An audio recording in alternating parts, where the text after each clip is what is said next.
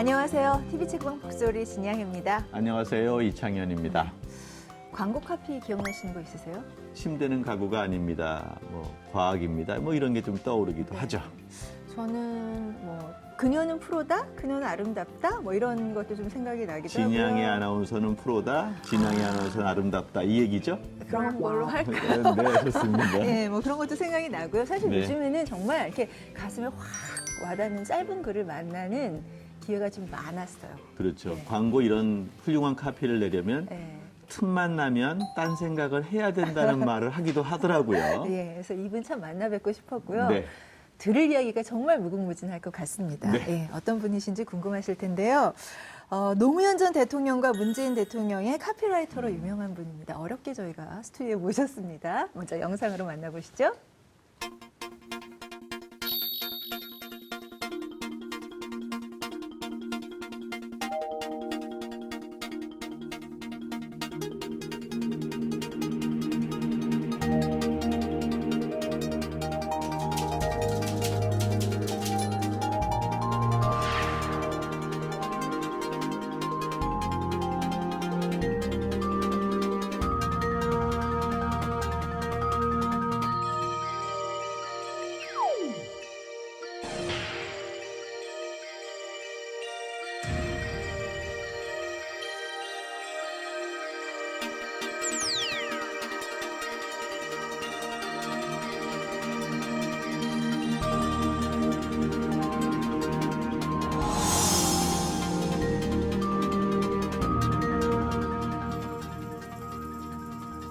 네, TV책방 북소리 이번 주 주인공이십니다. 틈만 나면 딴 생각의 저자인 정철 카피라이터 모셨습니다. 안녕하세요. 안녕하세요. 네, 어서 오십시오. 모시고 싶었습니다. 네, 반갑습니다. 네. 네, 본인 소개하실 때 보니까 절반은 카피라이터, 절반은 작가 예, 이렇게 즐겨 쓰시는데요. 그렇게 소개합니다. 네. 좀 특이하게 보이고 싶어서 이렇게 소개를 하는데요. 카피라이터가 그 남의 얘기를 대신 해주는 사람. 그 일을 제가 한 30년 넘게 했거든요. 그러니까 이제 남의 얘기를 꽤 많이 한 것 같은데 내 얘기를 좀 했으면 좋겠다라는 생각으로 책을 한번 써보자라고 생각했고 그때 이제 내 머리 사용법이라는 책을 이제 내놨는데 이게 막 짭짤하더라고요. 이게 팔려요. 그래서 내가 자신감 좀 얻었고 그 후로 이제 어떻게 보면 인생 이모작 비슷하게 작가 일을 하고 있는데 그래서 이제 원래 DNA는 카피라이터, 그다음에 지금은 양쪽을 병행하는 이미 이제 작가 쪽으로 무게 중심이 조금 더 옮겨져 있는 네, 그런 상황이라서 절반 이렇게 표현합니다. 인세가 더 많아서 광고인으로서 활동하시는 것보다 그래서는 아니고요. 인세나 원고료는 사실은 카피료하고는 차이가 좀 많이 나죠. 결국은 어떤 프로젝트라든지 회사에서 시키는 일, 네. 카피를 만드는 일, 이것 말고 자기가 자기 인생에 대한 스토리텔링을 하고 싶은 네. 열망이 이제 생길 연세가 되신 거죠?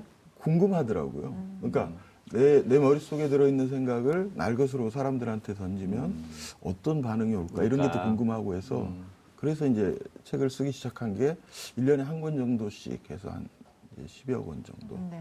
예. 그 궁금해서 쓰기 시작한 작업으로 내신 책들을 좀 제가 소개해드리면 내 머리 사용법 말씀해 주셨죠? 그렇죠. 인생의 목적어, 한 글자, 카피책. 대중들의 사랑을 많이 받았습니다. 제가 소개해드리면 그 책의 저자시구나 이러시는 분들 분명히 있을 거고요. 이번에는 틈만 나면 딴 생각입니다. 브레인스토밍 에세이라는 이름을 붙이셨는데요. 지금 이창현 교수님의 그 반응이 정말 뜨겁습니다. 책에 대한 반응이. 그래서 아주 저는 화가 나요. 아니, 카피라이트 이렇게 잘하시면서 이렇게 작가의 세계까지 들어가게 되면 보통 교수들은 이제 뭘 해야 될까? 짧은 글도 쓰시고 긴 글도 쓰시고 그래서 맞아요. 저는 논문만 써야 되는데 논문도 잘 못 써서 긴 글은 잘 못 쓰고요. 카피라이트가 이제 짧은 글에 조금 강점이 있는 사람이라서 에세이도 좀 짧은 글 위주로 저는 좀 쓰는 편입니다. 브레인스토밍 에세이 이게 뭐예요? 여러 사람의 뇌를 좀 섞어서 뭔가를 이제 찾아내는 그런 게 이제 브레인스토밍인데 정철이라는 사람은 이렇게 생각을 해서 이렇게 찾아내고 있습니다라는 것을 그대로 보여주는 그런 책 이라고 할 수 있는 거죠. 그러니까 생각 만들기의 문법 책 이런 느낌이 들었어요. 그래서 학생들한테 이렇게 하면 창의적 생각을 할 수 있을 것 같아. 뭐 이렇게 설명하고 싶은 생각도 있는데요. 어떻게 보면 글감을 찾는 방법 그렇죠. 12가지가 이제 여기 네. 들어가 있는 거고요. 옛날에는 이제 가끔 그런 질문을 많이 받거든요. 아이디어가 떠오르지 않을 때 어떻게 하냐고. 그때 저는 아무 생각 없이 떠올라요. 이렇게 대답했거든요. 떠올라요라고 대답했는데 지금 생각해 보니까 아이디어는 떠오르는 게 아니라는 생각이 들어요. 그러니까 정말 아이디어가 뭐가 탁 떠올라서 그거를 글로 발전시키는 경우는 거의 기적적인 일이고 지금까지 제가 썼던 모든 글과 책은 떠올린 게 아니라 무지하게 막 찾아다니는 막 돋보기 들고 뭐 손전등 켜고 찾아다니다가 어쩌다 한두 개씩 찾는 그런 것들이 글이고 생각이라는 거죠. 딴 생각도 마찬가지입니다. 딴 생각도 떠오르는 게 아니라 그냥 찾는 것이다. 막 끌로 파면서 찾는 것이다. 책을 보니까 이제 브레인스토밍의 구체적인 방법들이 언급됐어요. 근데 그 제목이 참 뭐 출중한데요. 시선을 옮기기, 시선을 비틀기, 파고들기, 가까이에서 찾기, 그림 그리기, 뭐 이런 얘기들이 있어서 야, 이게 학생들에게 정말로 이건 중요한 덕목이다 생각이 드는데 그 중에 교수님 학생들 먼저 그러면 도둑질하기 이런 게 있어요. 아, 예. 근데 교수가 학생들한테 도둑질 해라라고 얘기하는 게 좀 이상할 수도 있는데 이게 어떤 뜻인가요?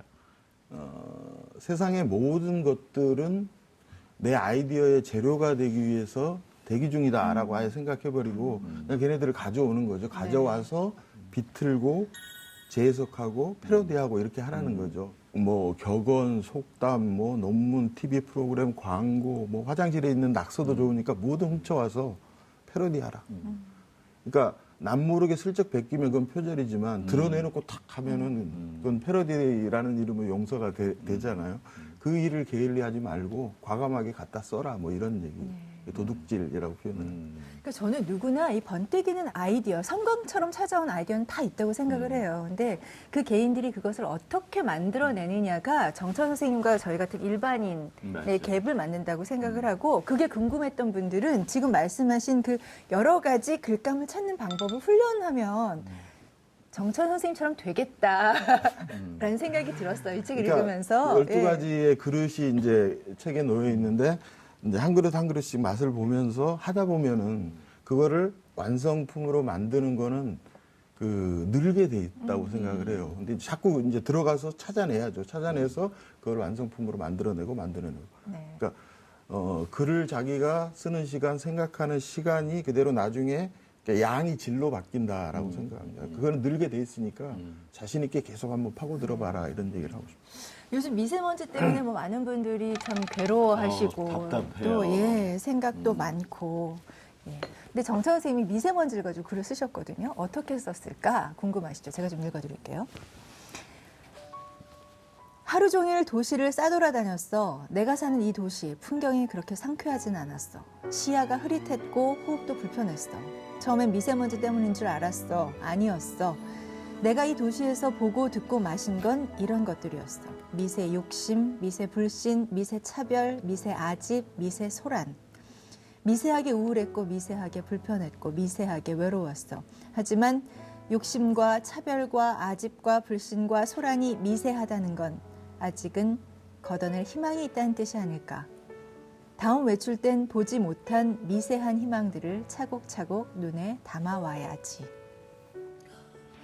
교수님 평가를 좀 하시죠. 늘 평가하시는 직업이시니까. 제가 사실 이번 주에 컬럼을 하나 써야 되는데 네. 미세먼지를 써야 되겠다 생각을 했어요. 근데 미세먼지라고 쓰면 누구나 다 얘기하는 건데 이걸 딱 읽으면서 아 미세 욕심이라고 써야 되겠다.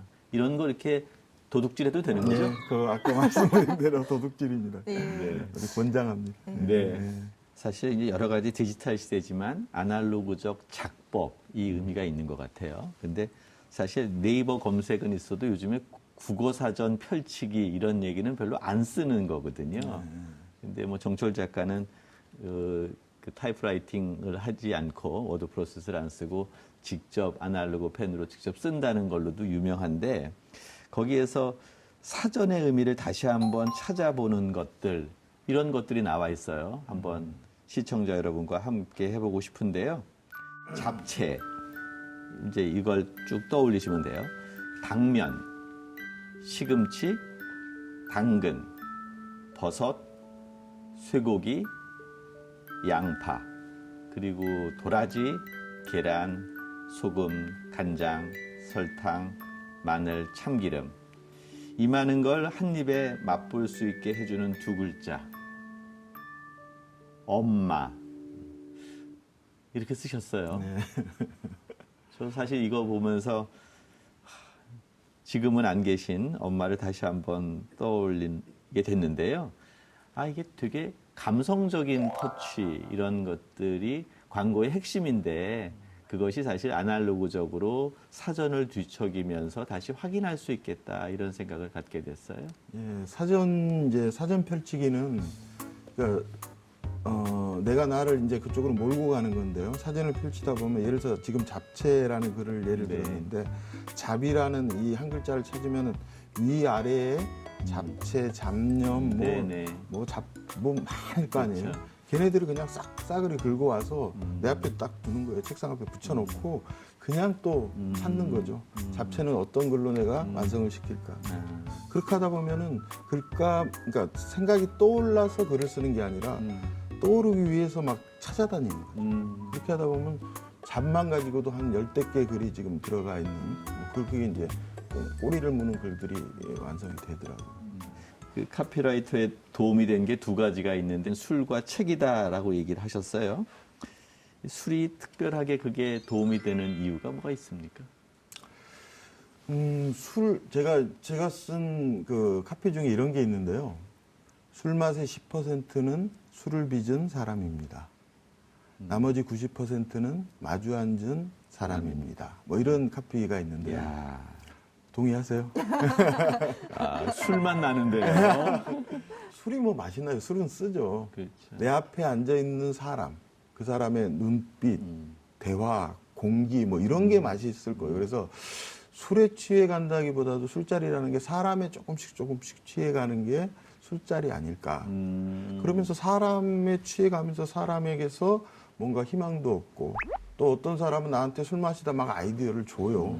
막 공짜로 막 던져줘요. 그래서 술자리를 좋아하고요. 술을 막 많이 마시는 건 아닌데 자주 마시는 정도. 예, 그렇다고. 어제도 술 한잔 하신 것 같습니다.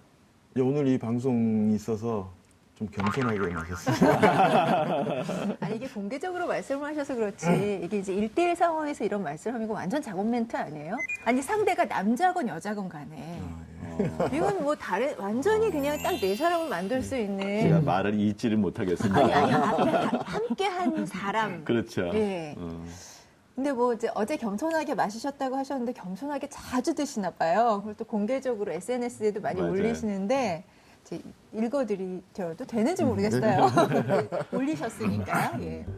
여의도에서 한잔하고 대리운전을 불렀다. 기사님에게 우리 집 위치를 자세히 설명했다. 성내 천변에 있는 어쩌고 어쩌고. 기사님이 말을 끊는다. 아, 거기 알아요. 며칠 전에 한번 갔어요. 양지탕 앞에서 거기 사는 분을 태웠어요. 강변북로 탈게요. 나였다. 며칠 만에 다시 만나신 거예요?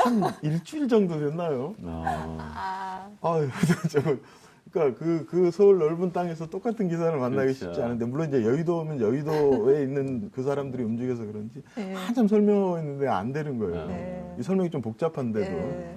그런 적도 한 번 있었어요. 그래서 밝히셨어요? 그 저였어요 하고? 아니요, 조용히 있었어요. 그분도 여러 손님을 상대하다 보니까 술자리에서 만나면 뭐 상대가 아이디어를 주기도 한다 이런 말씀하셨는데, 제 생각에는 술을 즐기시는 것도 있지만 결국은 그 자리를 통해서 뭔가를 많이 얻는. 이제 사람이죠. 제가 아이디어나 뭐 어떤 영감이나 혹은 뭔가를 얻는, 내가 끄집어내는 것 중에 사람이 굉장히 많은 포션을 차지한다고 저는 생각을 해요. 사람을 만나서 얘기하다 보면은 술을 먹으면 더 깊이 얘기를 하게 되기도 하고, 근데 얘기하면서 제 생각이 정리가 돼요.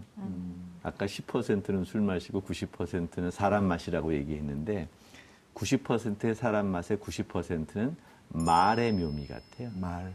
결국 사람하고 커뮤니케이션 하려면 결국 말을 통해서 해야 되고 그 말이 어떤 단어가 나오는지를 갖고 새로운 카피라이팅을 하는 게 아닌가 생각도 들어요. 어떻게 보면은 술자리에서 말이라는 거는 우리가 그냥 대낮에 차 한 잔 앞에 두고 하는 말보다 훨씬 걸잖아요. 그렇죠. 네, 걸어지고 깊어지고 솔직하고. 솔직해지고 진해지고 하니까 거기서 진짜 말들이 이제 막 뛰어다니는 거니까 거기서 건질 게 그만큼 더 많을 수 있겠죠. 말들이 뛰어다닌다. 이건 저는 절대로 상상 못 하거든요. 네. 야. 아니, 표현이 계속 그러셨잖아요. 내 얘기가 마려웠다? 뭐 이런 그렇지, 표현으로 맞아요. 시작을 오늘 맞아요, 해주셨는데. 맞아요. 예.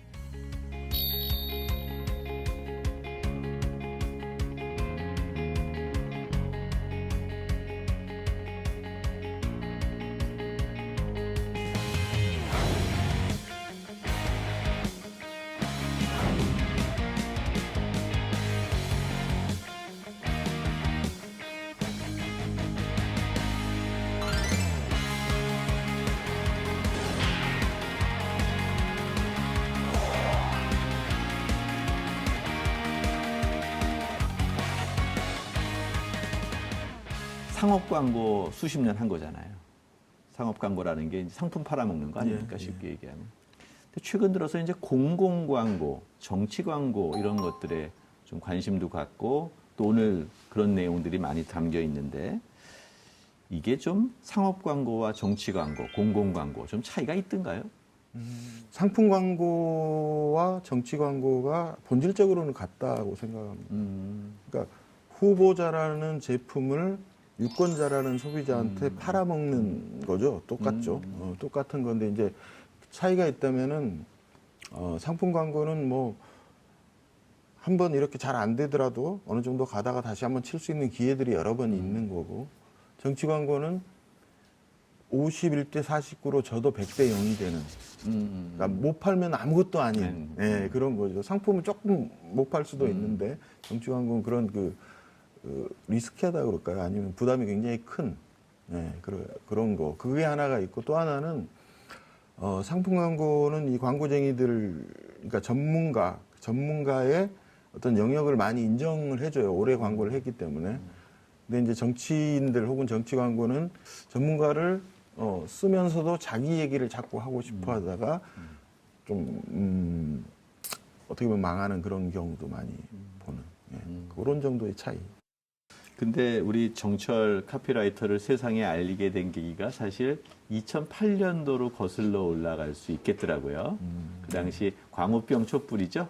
네. 그럴 때 오늘의 촛불이라는 글로 50회나 연재를 했었던 기억이 나는데 그 당시에 이런 글 쓴다는 게 그렇게 간단치 않으셨을 것 같아요. 근데 그런 행동을 한다거나 글을 쓴다는 거나 그런 사람들은 굉장히 많았고요.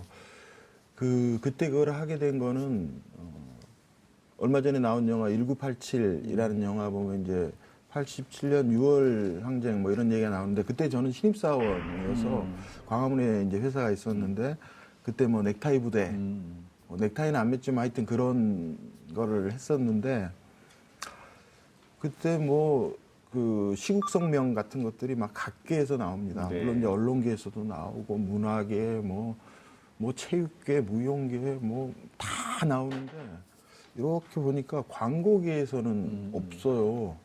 아니 좀 이렇게 좀 그렇더라고요. 왜 우리는 이 상황에서 아무 목소리도 내지 못할까? 창피하다. 내가 나중에 크면은 저런 거 내가 해야지. 이런 생각을 했던 적이 있었거든요. 그 일을 조금 하는 게 아닌가. 왜냐하면 광고쟁이들은 좀 어렵잖아요. 그렇잖아요. 그런 목소리를 내기가. 기업을 상대해야 되니까. 예.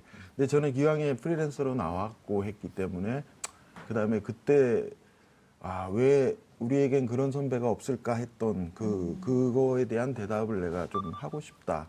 그래서 이제 시작이 된 거고 그게 이제 약간 좀 찍히게 된 지난 8년 그런 과정이 약간은 있었죠.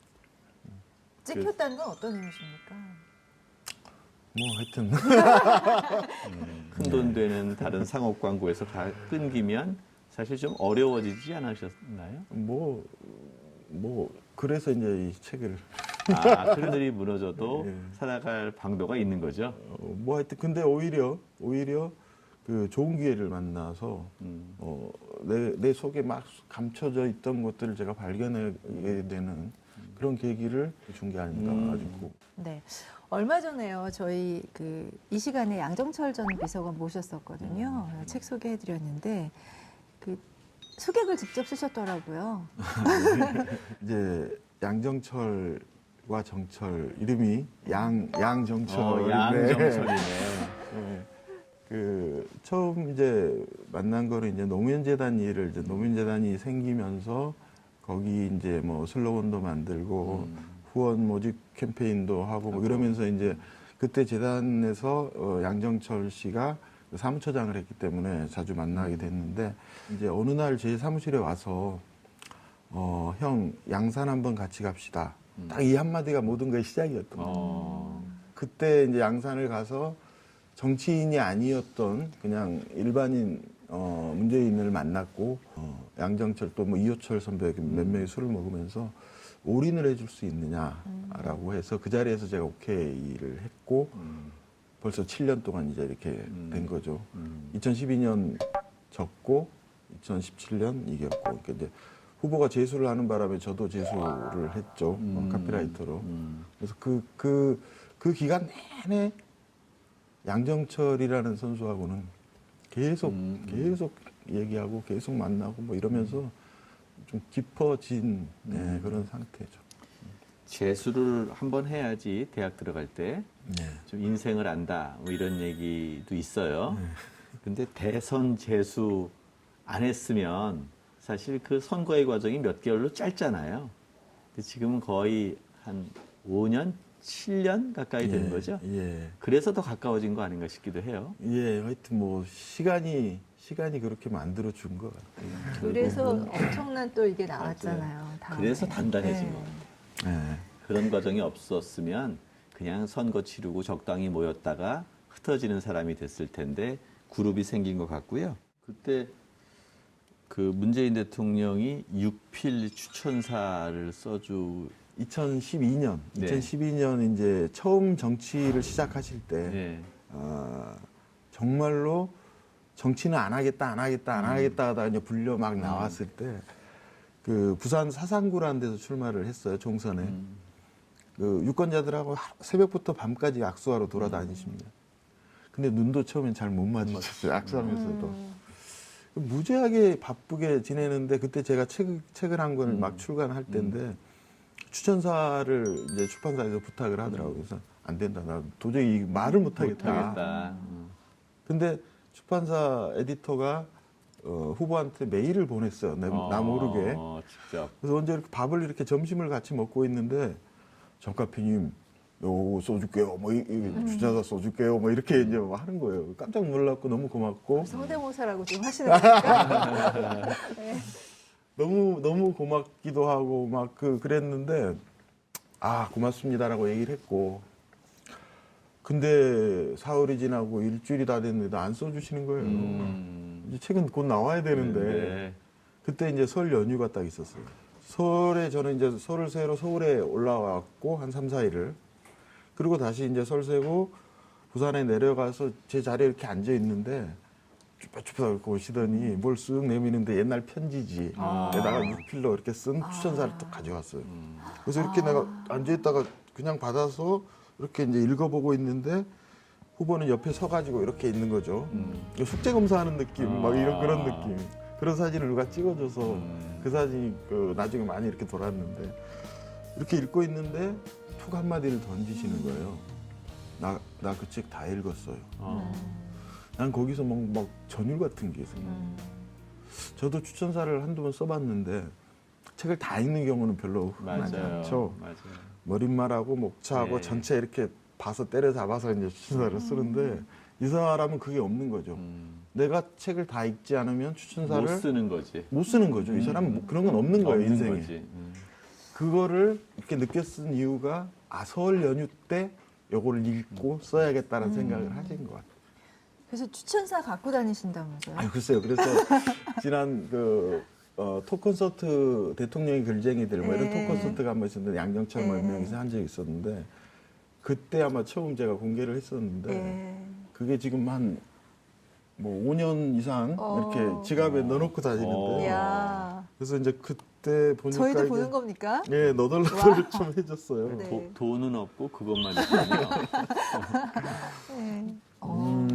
아니, 네. 그러면 문재인 대통령 필체도 저희가 좀 한번 볼 수 있는 그래요. 겁니까? 뭐 이런 건데 지금 오래 넣고 다니다 보니까 아, 약간 예. 이제 해서 네. 누가 코팅을 하라 그러는데 코팅을 해야 될지 어쩔지 아니면 뭐 대통령 기록관으로 가야 된다 뭐 이런 얘기도 뭐 하고 있었는데 좀 읽어주세요. 네, 어떤 그- 내용인지. 굉장히 글을 그 간결하게 잘 쓰세요. 문재인 대통령이 우선 재미있다, 감각적이다, 촌철살인과 역발상으로 가득한 카피 같은 문장들을 읽으며 감탄이 멈춰지지 않는다. 세상에 이렇게 글을 쓸 수 있다니, 이렇게 책을 만들 수 있다니. 또한 통쾌하고 통렬하다. 권력과 허위의식에 대한 날카로운 비판과 풍자가 통쾌하기 짝이 없다. 속이 시원하다. 그것으로 끝나지 않는다. 가장 크게 고개를 끄덕이게 하는 것은 우리들 자신에 대한 비판의 통렬함이다. 마치 찬물 한 바가지 덮어 쓴 것처럼 정신이 번쩍 든다. 이런 글입니다. 그러니까 간결하기도 하고 그냥 이 가슴에 든 생각을 그대로 내려놓는 게 글인데 문재인 대통령이 카피라이터를 하셔도 될 것 같은 느낌인데요.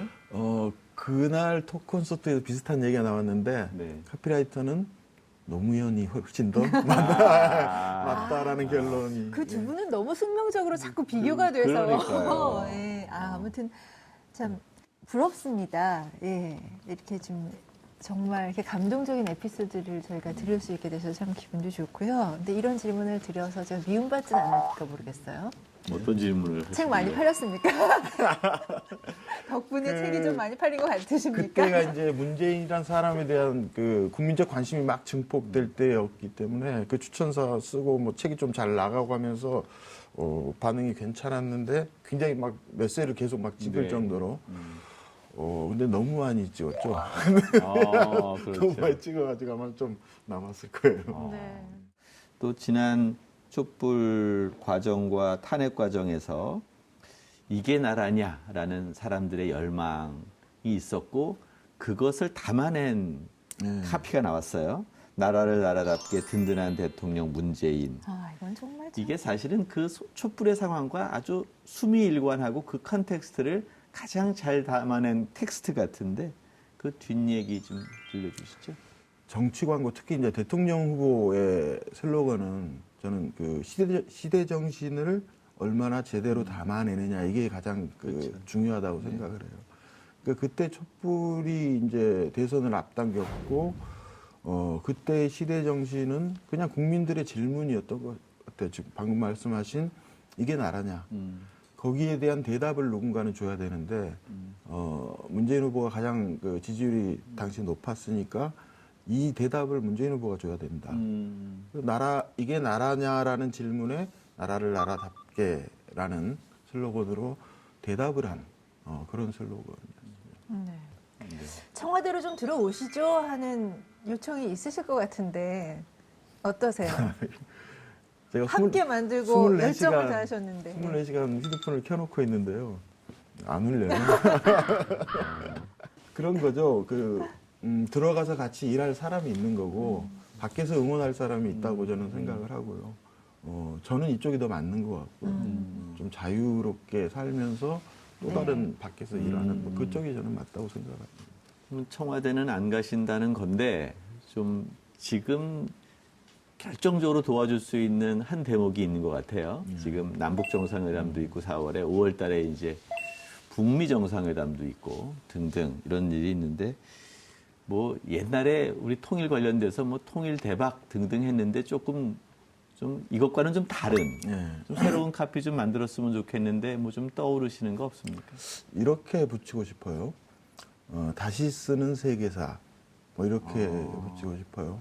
이 남과 북이 이제 판문점에서 만나서 정상회담을 하는 거고 그게 이제 북미로 또 이어지는 건데 이게 국사가 아니라는 거죠. 우리만의 역사가 아니라 우리 손으로 세계사를 완전히 다시 쓰는 새로운 시작이다. 뭐 그런 의미에서 다시 쓰는 세계사 뭐 이런 슬로건이 어떨까 생각해봤습니다. 상당히 스케일이 크네요.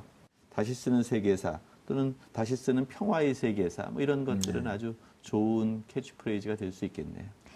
카피라이터 정철의 가슴에 오래도록 남은 책에서 만난 내 인생의 한 구절. 아, 예. 저는 그 이제 글 언어로 이제 밥을 먹고 네. 사는 사람이라 그 절이 굉장히 잘 들렸는데요. 코끼리는 생각하지 마라는 책이 있죠.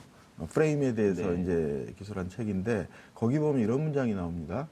다르게 생각하려면 다르게 말하라. 다르게 말하려면 다르게 생각해야 한다. 이게 이제 보통 우리가 생각하는 건데 그 역으로 얘기를 한 거죠. 오히려 우리의 언어가 우리의 사고를 지배 오히려 한다는 거죠. 그래서 생각이 밖으로 나오면 글이 되고 말이 되는 건데 오히려 얘가 내 생각을 지배를 한다. 요것도 좀 잘 기억에 둬야겠다라는 생각으로 그 글귀가 계속 남아있어요. 아니, 말의 중요성. 양정철이 그러니까 양정철 비서관과 정철 작가가 둘 다 언어학자예요. 제가 보니까 사실 지난번 양정철 비서관 책도 저는 정치평론 책 내는 줄 알았는데 네. 사실은 언어에 대한 이야기를 한 것 같고 지금 정철 작가의 틈만 나면 딴 생각 이것도 생각 얘기를 하지만 언어의 얘기를 하고 있어서 둘 다 언어라는 것이 결국 술자리에서 만들어진 그 언어 탐구가 이런 결과를 만들어낸 거 아닙니까? 알게 모르게. 알고 모르게. 네. 오늘 TV 책방 북소리 틈만 나면 딴 생각 정철 저자와 함께했는데요. 저는 책 읽으면서 그런 생각을 했어요. 짧은 글이 어렵다는 건 모두 다 알잖아요. 근데 그렇죠. 특히 이제 그 글이 공감과 설득을 얻어내려면 정말 더 어려운 작업일 텐데요. 보통 우리가 글쓰기 할 때 주제를 정해놓고 마치 산을 타듯이 맞아요. 정주행하는 그런 훈련을 많이 했지만 이런 짧은 글에 대한 훈련은 거의 못한 것 같아요. 근데 어떤 삶과 시간 속의 작은 부분을 살피고 교감하고 그러면서 이런 과정에 도달할 수 있는 맞아요. 게 아닌가. 그리고 그 과정의 비밀을 이 책에 담아놓으셨다는 생각이 듭니다. 그냥 운동화 끈 조여매고 이렇게 좀 들판 이렇게 산책하듯이 맞아요. 그렇게 이 책 한번 이 계절에 한번 읽어보시면 좋을 것 같습니다. 정철 작가의 이제 틈만 나면 딴 생각은 봤는데 틈만 나면 떠오르는 노래도 있을 것 같아요. 그래서 노래 하나 지금 주문해 보려고 하는데요. 다 부르실 필요는 없고요. 한 소절만 불러주시죠. 이건 정말 편집 되겠죠? 그럼요. 그 산울림의 청춘이라는 노래가 있어요. 언젠간 가겠지 푸른 이 청춘 지고 또 피는 꽃잎처럼 이 정도. 와. 아니면 창가에 흐르는 내 젊은 영가가 꽃을 가고 뭐 청춘의 모습이 이 책에 담겨 있는데 또 선곡도 좋았던 것 같습니다. 네. 아니, 다음번에 만나면 저 이렇게 한잔 하면서 말씀 나눴으면 좋겠다는 그렇죠. 생각이 드는데요. 네. 여기 우리 녹화할 때도 좀 이렇게 한 잔 갖다 놓고 해도 될 것 같은데. 다시 할까요? 네. TV 책방 북소리 정철 작가와 한 데이트 이렇게 마무리하겠습니다. 즐거운 시간 만들어주셔서 고맙습니다. 네, 감사합니다.